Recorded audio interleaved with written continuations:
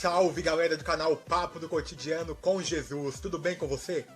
O nosso vídeo de hoje, ele está bem polêmico. Só para dar uma variada, né? Afinal de contas, nem é comum ter assunto polêmico aqui nesse canal.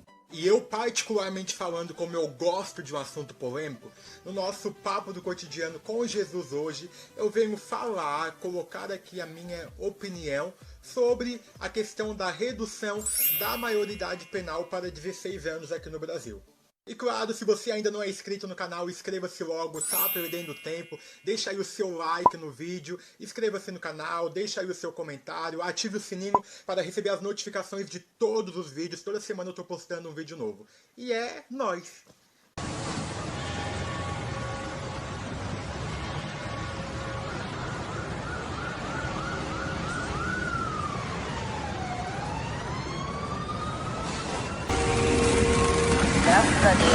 Olha pra mim!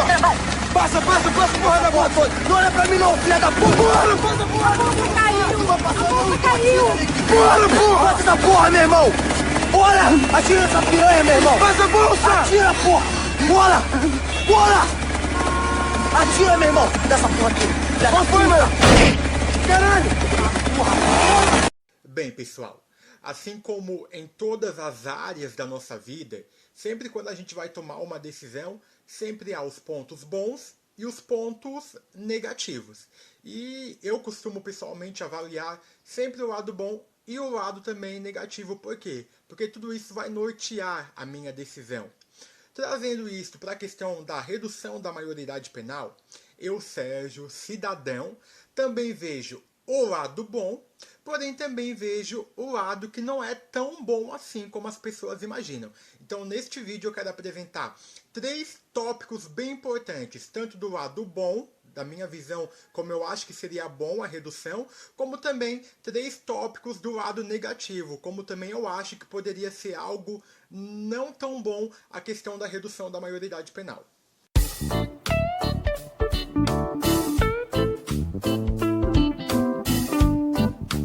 A primeira questão que eu acho que não seria bacana a redução da maioridade penal no sistema brasileiro é porque eu acredito naquela velha e conhecida frase que é sempre melhor educar do que punir. Nós sabemos que no nosso país a educação ela é precarizada. A educação ela não acontece da maneira como deveria acontecer. E isso não é apenas por falha dos profissionais. Não, muito pelo contrário. Isso é por falta de investimento mesmo na área da educação. E onde ela acaba se tornando precarizada. Então, se o governo ele não investe na educação e ele quer investir no sistema penal, reduzindo a maioridade penal, vejam bem, a gente sabe que o sistema penal ele não cumpre o seu papel de ressocialização. Deveria cumprir, porém não cumpre por diversos motivos. Então eu acredito na verdade eu acredito que é muito melhor educar os nossos jovens para uma cultura de paz do que simplesmente punir. Porque a punição, na verdade, ela não resolve. Tanto que, né, esse cidadão, ele sai da cadeia, ele sai do presídio e muitas vezes ele não sai de uma maneira ressocializada. Ele sai de uma maneira até pior. Então, a partir desse princípio, eu acredito que sempre a educação será o melhor caminho. Segundo tópico, porque eu acho que a redução não seria bacana também aqui no Brasil. A gente sabe que o sistema carcerário, ele mal dá conta de abarcar esse público que existe já, né? Que são pessoas maiores de 18 anos.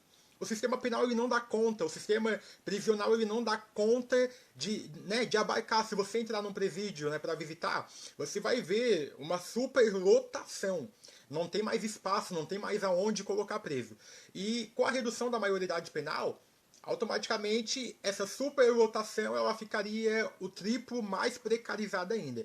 E isso resulta diretamente na sociedade. Porque se o sistema prisional ele não dá conta, né, de abarcar todos esses presos, provavelmente existiria aí por parte da justiça, né, uma questão aí de soltura, né, desses presos, porque não há lugar onde colocar, não tem espaço na cadeia para colocar tanto preso.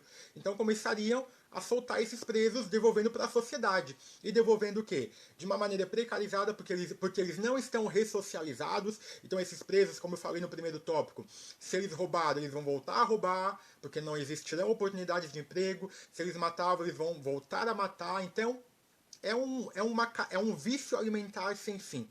Então, por essa questão da superlotação no sistema prisional, eu também acredito que a redução da maioridade penal ela iria precarizar ainda mais o que já está ruim. E outro terceiro tópico muito importante que muitas vezes as pessoas não pensam é que seria a questão dos impostos.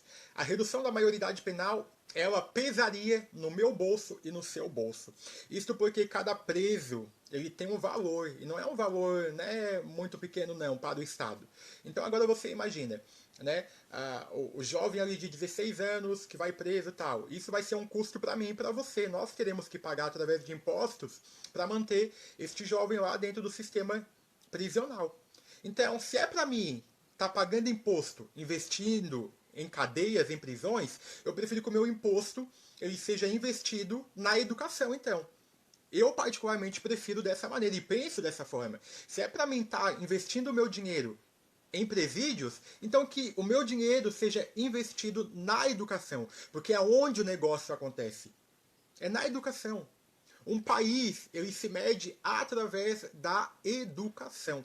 Um jovem bem educado, um jovem bem instruído, ele vai ter menos probabilidade de se envolver com o mundo do crime. Mas isso, claro, depende, né, do Estado investir na educação como política primordial. Agora vamos ao segundo round deste vídeo. Agora eu vou apresentar para você o porquê sim que seria bom a redução da maioridade penal no Brasil.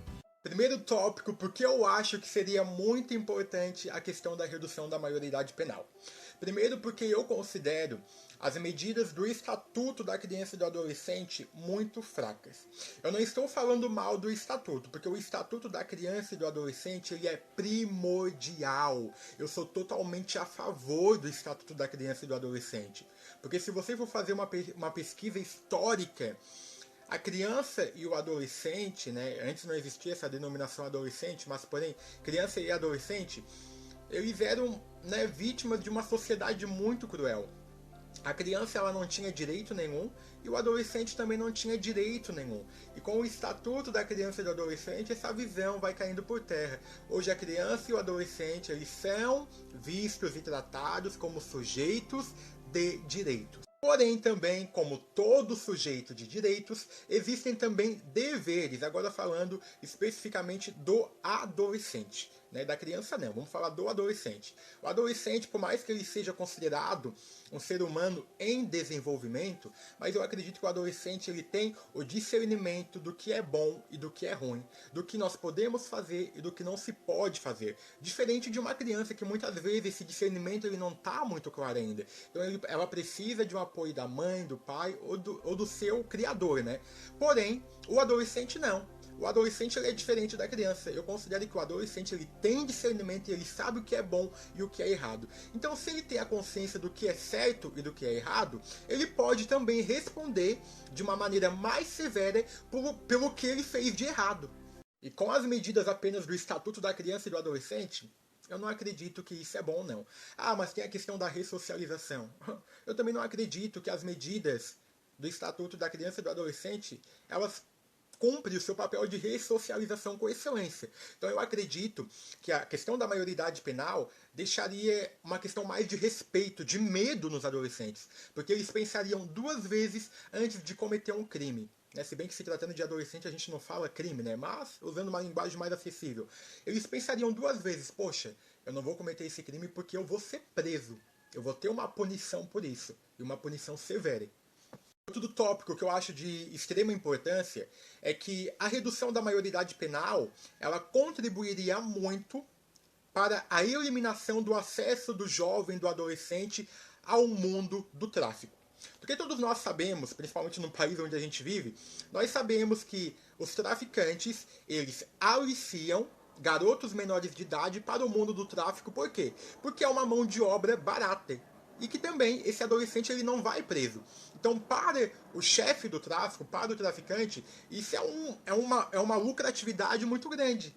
Ele está tendo nas mãos dele um aviãozinho muito bom, porque não vai ter incomodação com ser preso, e também tem a questão da mão de obra barata. Ele vai pagar um valor abaixo para esse adolescente. Então, a questão da redução da maioridade penal para os 16 anos, o adolescente já respondendo a partir dos 16 anos de idade, isso com certeza diminuiria a inserção deste no mundo do tráfico, porque para os traficantes não seria nada benéfico ter um adolescente que pode ser preso ali vendendo droga. A gente sabe também que aqui no Brasil, o adolescente, quando ele comete um crime quando ele é menor de idade, e quando ele chega aos 18 anos, ele chega aos 18 anos de idade com a ficha dele totalmente limpa. E isso eu acho um absurdo que deveria ser revisto na lei. Porque vamos colocar o exemplo de um adolescente que matou uma outra pessoa. Poxa, eu acho isso tão injusto. Esse adolescente ele matou, ele tirou uma vida, e ele chega nos 18 anos com a ficha limpa, e que para essa família, essa outra família que perdeu essa pessoa ao qual o adolescente matou, será que daqui a uns anos essa família vai conseguir esquecer a pessoa que eles perderam? Não, porque é a pessoa que eles amavam e que eles perderam vítimas de um assassinato. Então, a dor dessa família que perdeu esse ente querido não vai acabar.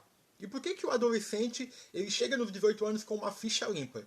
Isso eu acho um absurdo. Então a redução da maioridade penal, ela também contribuiria para isso. Tiraria esse privilégio de chegar aos 18 anos com uma ficha limpa. A gente pode ter como base de como isso dá certo em países desenvolvidos, como Estados Unidos, onde a redução da maioridade penal já acontece há muito tempo. Com 16 anos, o adolescente ele já responde criminalmente por tudo que ele faz de errado contra a lei. Na Escócia, também, a partir dos 12 anos de idade, o adolescente ele já responde pelo que ele faz. E por fim, como cristão, eu sou um defensor, sim, da vida, dos direitos humanos, eu sou um defensor. Mas, porém, tudo à boa medida. Eu não posso ser tão radical, mas eu também não posso ser tão flexível. Eu preciso ter uma dosagem em tudo na minha vida. E a questão da maioridade penal, eu acredito que ela entra nessa dosagem.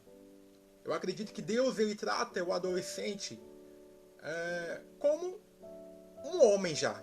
Como uma pessoa que tem o discernimento de responder por tudo que ele faz. Se nós formos vermos relatos na Bíblia, nós vamos encontrar o salmista Davi, ainda quando muito jovem, tendo comportamentos, tendo atitudes de um adulto já. É claro que eu não estou comparando a antiguidade com os dias de hoje. Estamos numa cultura diferente, estamos em um tempo diferente. Mas, porém, o ser humano, ele continua sempre igual, sendo ontem, hoje e amanhã. As emoções são as mesmas. Então, a redução da maioridade penal, ela traz alguns pontos negativos, como eu apresentei, mas ela também traz alguns pontos positivos. E a minha intenção não é te dar uma resposta pronta, para que você seja contra ou a favor da redução, mas que você reflita sobre o porquê seria importante ou não a questão da redução da maioridade penal no Brasil. E este foi o nosso Papo do Cotidiano com Jesus hoje. Espero que você tenha gostado do vídeo, que Deus abençoe seu dia, tenha uma excelente semana na presença de Deus e que o Espírito Santo abençoe a sua vida hoje